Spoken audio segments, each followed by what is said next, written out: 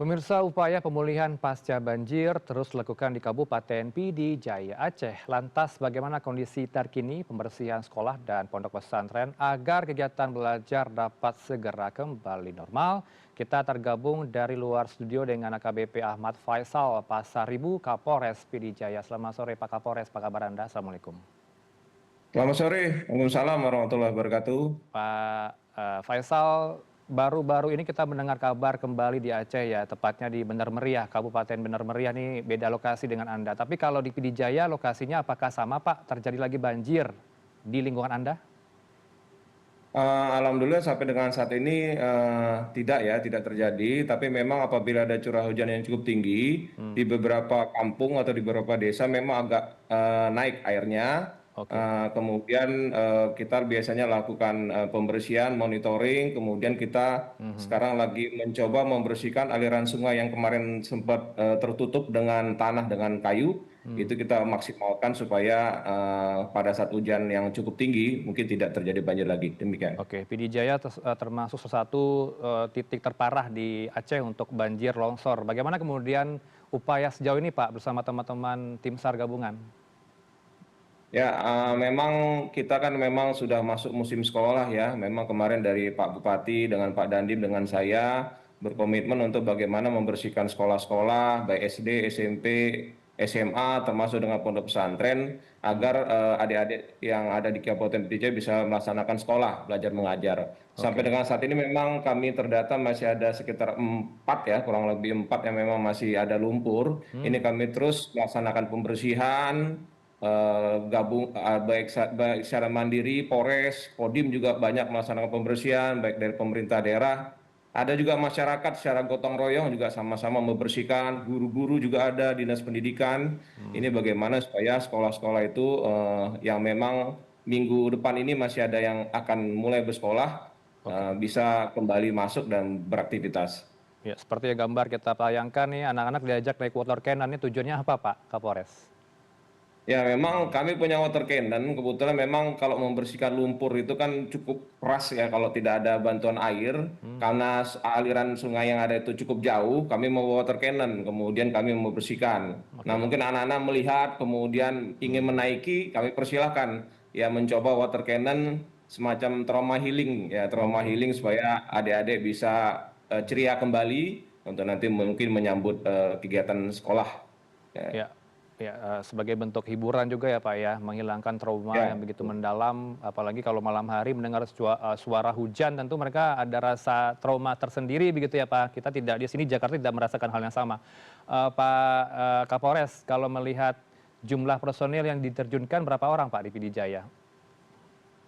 Untuk PD Jaya ada sekitar personil kami sendiri ada sekitar 400-an. Kami Hmm. juga dibantu juga oleh dari Satbrimobda Polda Aceh sekitar satu kompi ya. Hmm. Kemudian juga rekan-rekan TNI juga banyak menerjunkan baik dari pusat juga ada, Hmm. kemudian juga ada rekan-rekan dari Pemda. Jadi cukup banyak untuk melaksanakan pembersihan. Kami bagi sektornya, ada rekan-rekan Kodim melaksanakan sektor mana, kami Polres melaksanakan sektor mana, Hmm. kemudian juga ada relawan-relawan, terus sinergi untuk melaksanakan pembersihan. Mudah-mudahan bisa cepat selesai. Ya, untuk provider internet, listrik, apakah sudah optimal kembali Pak beroperasi di PD Jaya?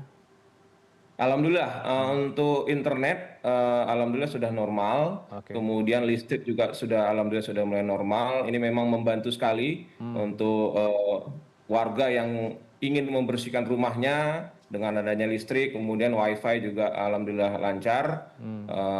Itu cukup membantu ya untuk melaksanakan percepatan pembersihan. Ya, Pak Kapolri juga memberikan penugasan ke teman-teman di lapangan untuk diberikan helikopter juga gitu ya Pak ya untuk dropping logistik. Apakah masih beroperasi hari ini untuk dropping logistik ke daerah yang sulit Masih dijangkau? ya. Mhm.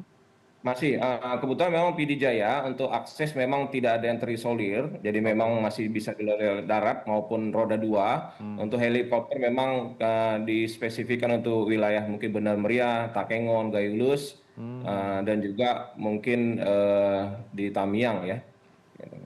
Baik, kalau untuk sekolah Pak, apakah mereka sudah bersekolah dengan normal di hari pertama sekolah minggu lalu hingga kini? Eh, Hmm. Kemarin sekolah sudah ada yang mulai berjalan, Oke. sudah berjalan, cuman memang ada beberapa sekolah yang memang hanyut ya, ada hanyut, itu dia berpindah ke sekolah yang lain, jadi ada pagi, ada yang sore, kemudian ada juga beberapa yang menggunakan tenda ya, tetapi memang lebih banyak yang dipindahkan ke sekolah terdekat menggunakan 2 shift ya, ada yang pagi dan ada yang sore. Ya, Ya. ada kurikulum khusus yang diterapkan bagi warga terdampak bencana begitu ya di Aceh dan juga daerah lainnya. Pak Kapolres, Ya. kita melihat juga ada alat berat yang diterjunkan eskavator. Apakah eskavator kurang rasanya di sana? Ekskavator sudah cukup banyak ya sebenarnya, tapi kalau memang ada ya Hmm. kami siap. Dari Pemda juga sudah menurunkan, dari BNPB juga menurunkan, dari rekan-rekan dari TNI juga cukup banyak ya Mhm. bantuan dari pusat, dari ZENI, kemudian dari Polres sendiri kami juga menurunkan. Intinya semakin banyak bantuan ya semakin baik, kemudian untuk mempercepat. Tapi kalau untuk bantuan Hmm. logistik ya terus mengalir ya, terus mengalir bantuan-bantuan dari pusat maupun dari pemerintah provinsi maupun daerah. Ya, yang dibutuhkan apa nih Pak, yang darurat hingga kini yang masih dibutuhkan?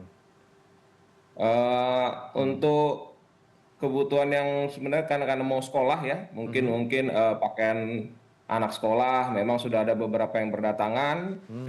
Ini kita bisa nantinya kan bagikan untuk adik-adik kita yang nanti akan bersekolah karena ada beberapa memang murid-murid yang mungkin pakaiannya sudah tidak layak ya, itu juga. Tapi seperti tas sekolah, kemudian baju-baju sekolah itu mungkin juga kebutuhan-kebutuhan yang lainnya. Ya, peran Polri cukup optimal dalam pemulihan pasca bencana di Sumatera, Pak Kapolres. Kapan target waktu penyelesaian seluruh infrastruktur yang ada di sana kalau dari informasi yang Anda himpun bersama tim gabungan? Target untuk Huntara ya, Hmm. Huntara itu memang kami targetkan atau ditargetkan sebelum eh, sebelum bulan puasa ya, Oke. sebelum puasa supaya masyarakat bisa melaksanakan bulan puasa dengan baik. Hmm. Itu ditargetkan untuk masyarakat yang terdampak bencana rusak rumah yang rusak cukup parah atau Baik. yang rusak berat, Hmm. itu mungkin Huntaranya bisa cepat diselesaikan. Iya, sebentar lagi bulan Ramadan begitu ya, harus ada Ya, bulan tempat Ramadan. mereka berteduh begitu begitu ya Pak Kapolres. Terakhir apa pesan dari Anda kepada masyarakat terdampak bencana di Pidijaya khususnya? Pesan kami Hmm. masyarakat ya kami terus bekerja, pemerintah daerah, Polri, TNI, mohon Hmm. bersabar, kita bertahap untuk menyelesaikan segala permasalahan yang ada di Kabupaten Pidijaya secara Oke. bersama-sama, Hmm. gotong royong. Ya, Baik, kerjasama gotong royong ini selalu menjadi cikal bakal begitu ya, prinsip hidup orang Indonesia begitu ya, bersama-sama untuk mengerjakan sesuatu. Itu rasanya lebih mudah begitu ya Pak Kapolres. Terima kasih untuk waktu Anda. Pak AKBP Ahmad Faisal Pasaribu, siap. Kapolres Pidijaya. Salam buat teman-teman di lapangan yang bekerja. Selamat sore, Assalamualaikum.